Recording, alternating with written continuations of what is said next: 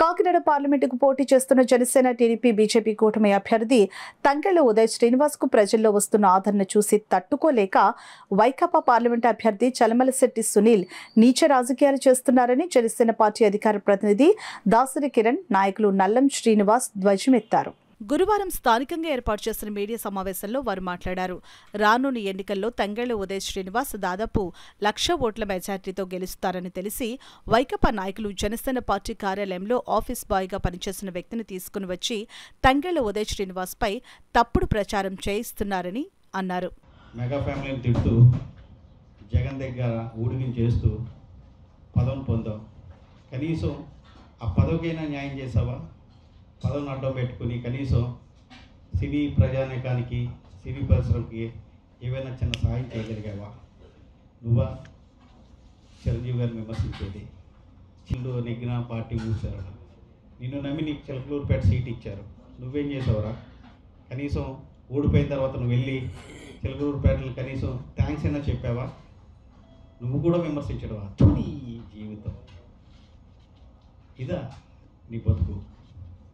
నువ్వు చిలకలూరుపేటలో చేసిన ల్యాండ్ విషయాల్లో కానీ హైదరాబాద్లో కూర్చుని నువ్వు చేస్తున్న రాజకీయానికి ప్రతిదానికి ఆధారాలు ఉన్నాయి. కాకపోతే మా అధినేత మాకు సంస్కారం నేర్పారు కనుక ఇంతకన్నా బలంగా మాట్లాడలేకపోతున్నాం. ఇంకొకసారి కానీ మెగా ఫ్యామిలీ మీద కానీ మా అధినేత పవన్ కళ్యాణ్ గారి మీద కానీ ఎటువంటి అవాకులు చవాకులు పేలిన చెప్పు తీసుకొడతామని సమాముఖంగా అందరికీ ఈ సందర్భంగా మీరు చెప్పే మా కళ్ళబొల్లి మాటలు ఎవరూ నమ్మే పరిస్థితి లేదు. ఈయనకు సంబంధించి అవినీతిని మేము బయట పెడతా ఉన్నామని, అవినీతి తాలూకా ఇన్ఫర్మేషన్ మేము మీడియాతో మాట్లాడుతూ ఉన్నామని చెప్పి మా మీద దుష్ప్రచారం చేస్తూ ఉన్నాడు. అలా ప్రతిపాడు నియోజకవర్గంలో ప్రభుత్వం దగ్గర నుంచి మైనింగ్ చేస్తామని తీసుకున్న ఒక సంస్థ సుధాకర్ ఇన్ఫ్రా అనే ఒక సంస్థకి సునీల్ గారికి బినామీ అని చెప్తా ఉన్నారు. ఆ సంస్థ అక్రమంగా వేల కోట్ల రూపాయలు అర్జించి వేల కోట్ల రూపాయల మైనింగ్ని అక్రమంగా తరలిస్తూ అక్కడున్న ప్రజల్ని ఇబ్బంది పెడుతూ వీళ్ళు దొంగ లెటర్లు అంటే దొంగ బిల్స్ని వీళ్ళు అక్కడ ఉన్న లారీ వాళ్ళకి సబ్మిట్ చేస్తూ చూడండి. ఇటువంటి రకమైన బిల్లు ఎప్పుడైనా మైనింగ్కి ఇవ్వడం మనం చూసామా? ఇటువంటి బిల్లులను ఇస్తూ ప్రభుత్వానికి రావాల్సిన సక్రమంగా రావాల్సిన ట్యాక్సు, సక్రమంగా కట్టాల్సిన జిఎస్టీని వీటన్నిటినీ కూడా ఎగ్గొట్టి సునీల్ గారు తాలూకా కంపెనీలు అక్కడ అక్రమంగా మైనింగ్ చేస్తూ ఉన్నాయి.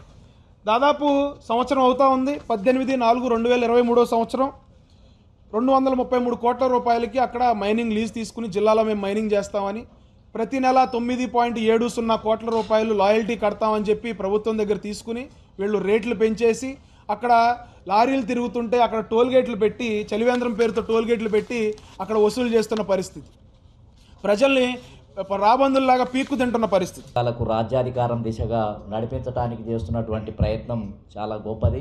కాబట్టి మంచి కమిట్మెంట్ కలిగినటువంటి నాయకుడు. మరి ఏదైతే జనసేన పెద్ద మొత్తంలో సీట్లను కనుక గెలిస్తే భవిష్యత్తులో కొత్త రాజకీయాలకే అది నాంది పలికే అవకాశం ఉంటుంది.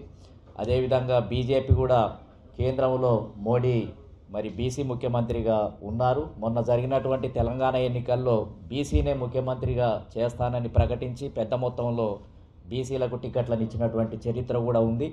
కాబట్టి ఏ రకంగా చూసినా రాజకీయాల్లో కొద్దిమందే కొన్ని కుటుంబాలే పరిపాలించడం అనేది సరైనది కాదు. అన్ని వర్గాలకు అన్ని కులాలకు రాజ్యాధికారాన్ని పంపిణీ చేసే దిశగా రాజకీయాలను మార్పిడి చేయాల్సినటువంటి అవసరం ఉంది. కాబట్టి ఈ కూటమి మరి గెలుపొందినట్లయితే ఖచ్చితంగా భవిష్యత్తులో కొత్త రాజకీయాలకు నాంది పలుకుతుంది అని చెప్పి భావిస్తూ ఈ కూటమి అభ్యర్థులను గెలిపించాల్సిందిగా ఈ సందర్భంగా విజ్ఞప్తి చేస్తున్నాం. జగన్మోహన్ రెడ్డి తల్లికి చెల్లికి కూడా న్యాయం చేయలేని వ్యక్తి ఈవేళ మన రాష్ట్రాన్ని ఏ విధంగా చేస్తున్నారనేది వాళ్ళ చెల్లె అందరికీ కూడా చెప్పడం జరుగుతుంది.